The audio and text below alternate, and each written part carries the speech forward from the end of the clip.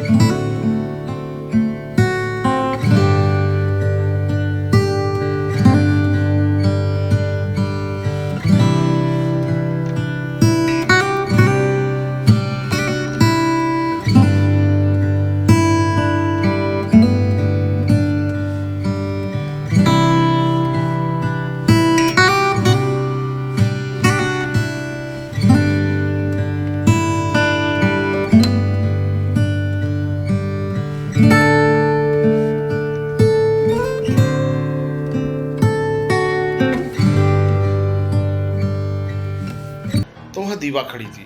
वो कहती है, तुम इतना चौंक क्यों गए? मैं तो बाथरूम गई थी। लेकिन तुम क्यों जागे हो राजीव? राजीव कहता है, कुछ नहीं, मैं पानी पीने उठा था। सुबह उठकर दीवा राजीव को नाश्ता खिलाकर ऑफिस के लिए विदा कर देती है और बाकी के काम निपटाने लग जाती है। वो कल के कपड़े जो उसने छत पर सुखाए थे वो तो लाना भूल ही गई थी। दीवा छत पर जाती है लेकिन उसे वहाँ एक भी कपड़ा दिखाई नहीं देता है। दीवा ये देखकर बहुत परेशान हो जाती है और तेज कदमों से नीचे की तरफ जाती है, लेकिन सीढ़ियों पर उसे यह एहसास होता है कि कोई उसे खींच रहा है। दीवा बहुत डर जाती है और अपनी पूरी शक्ति लगाकर किसी तरह सीढ़ियों से नीचे आती है। वह घबराई हुई थी। वह एक गिलास पानी पीती है और जैसे ही ड्राइंग रूम में पहुंचती है तो देखती है कि उसके सारे कपड़े जो उसने कल ऊपर सुखाए थे वह वहाँ बिखरे पड़े हैं। दीवा फोन पर यह बात राजीव को बताना चाह रही थी, लेकिन कुछ सोचकर वह रुक जाती है। शाम को जब राजीव घर आता है तो दीवा उसे सारी बात बताती है, लेकिन राजीव उसकी बात को यह कहकर काट देता है कि कोई बहुत बुरा सपना देखा होगा। लेकिन दीवा समझ चुकी थी कि हो ना हो इस फ्लैट में जरूर कुछ गड़बड़ है। रात को दोनों खाना खाकर बेडरूम में सोने आ जाते हैं।